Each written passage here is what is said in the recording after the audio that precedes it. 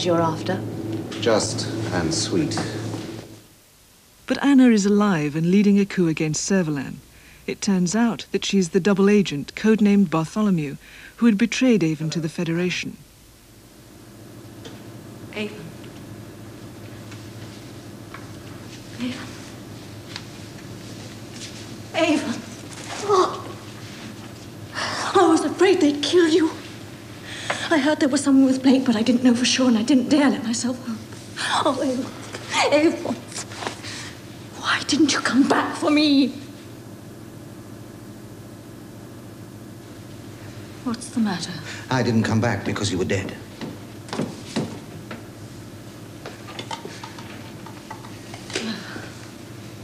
As you can see, I'm not. As I can see.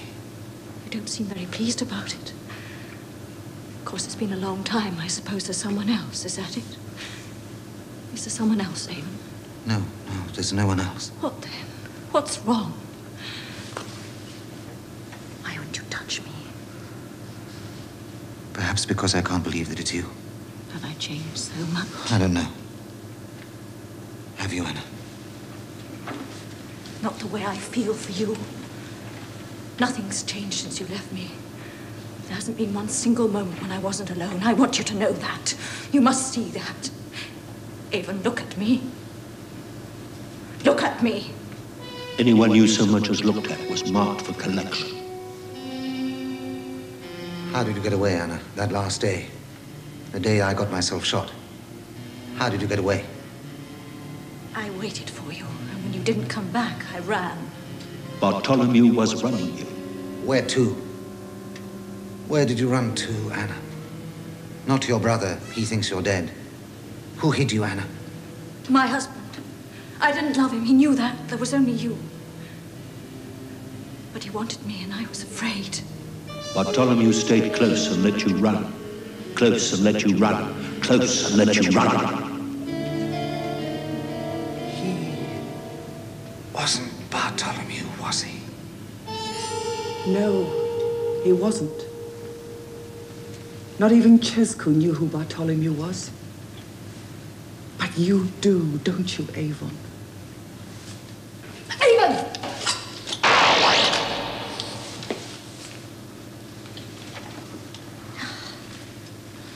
At least that was honest. I knew when you found out. You'd kill me. Unless you killed me first. We were well matched, Avon. You weren't even real. Bartholomew, Central Security's best agent. One of your colleagues told me that. Anna Grant. I was only ever Anna Grant with you. Of all the things I have known myself to be, I never recognized the fool. It wasn't all lies. I let you go. My love.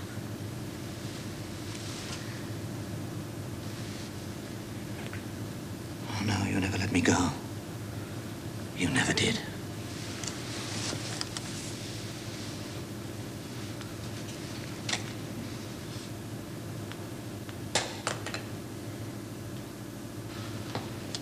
Can you convince yourself that that didn't happen, Avon?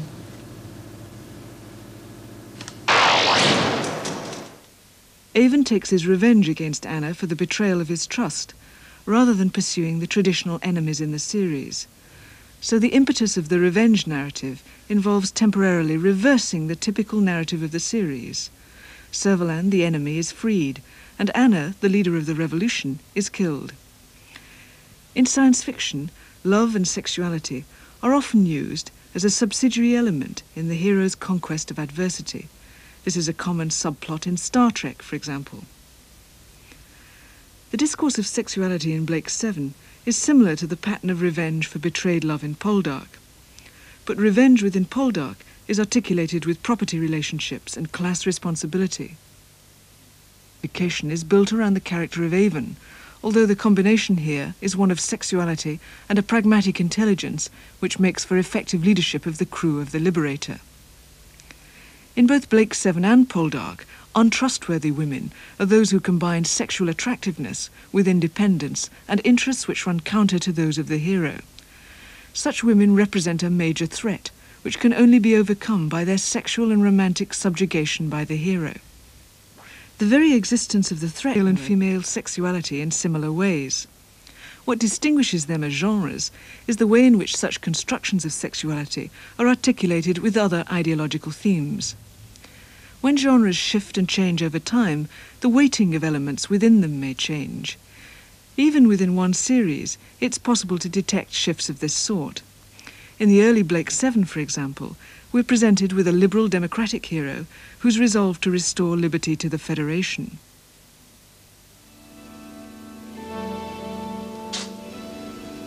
What do you think they'll do? Their time's running out. So's ours. We have less to lose. You may have, but I value my life. Assuming they do land us somewhere, what then? Find a way of getting back to Earth. Back to Earth? Yes, that's where the heart of the Federation is. I intend to see that heart torn out. I thought you were probably insane. That's possible. They butchered my family, my friends. They murdered my past and gave me tranquilized dreams. At least you're still alive. No, not until free men can think and speak. Not until power is back with the honest man. Have you ever met an honest man? Avon's views provide a marked contrast. Listen to me. Wealth is the only reality, and the only way to obtain wealth is to take it away from somebody else. Wake up, Blake. You may not be tranquilized any longer, but you're still dreaming. Maybe some dreams are worth having. You don't really believe that. The removal of Blake from the programmes in the third series and his replacement by Avon doesn't simply involve a change in the leading actor. It also involves a change in the character of the hero and a shift in the articulation of various elements in the series. The move from a politically committed and idealist hero to a pragmatic and ruthless one shifts the focus of the series. Poldark changes less because of its dependence on the books from which the series was derived. In conclusion, then, genres can be viewed as complex combinations of a number of different formal elements. In this programme, we've identified 4 such elements. First, the visual and musical signifiers, which identify the central concerns of the narrative. The Liberator in Blake 7, for example, tells us both that the narrative is located in the future and identifies the series' central theme of pursuit.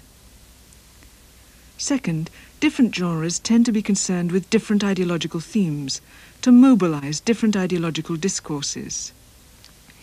Third, genres differ in the ways in which they weave such ideological discourses into the unfolding of the narrative, as a process leading from an initial disruption of equilibrium to its restoration. Finally, we've seen that genres offer particular constructions of sexuality in the sorts of positions and patterns of identification they offer male and female viewers. We argued at the beginning of this programme that genres are often defined by reference to audience expectations. Genres such as science fiction command fan club allegiance, for example. Moreover, by telling us what to expect, genres place us in particular regimes of pleasure. In the next programme, we consider what happens when those regimes of pleasure are disrupted by programmes which aim to parody and subvert the established conventions of popular television genres.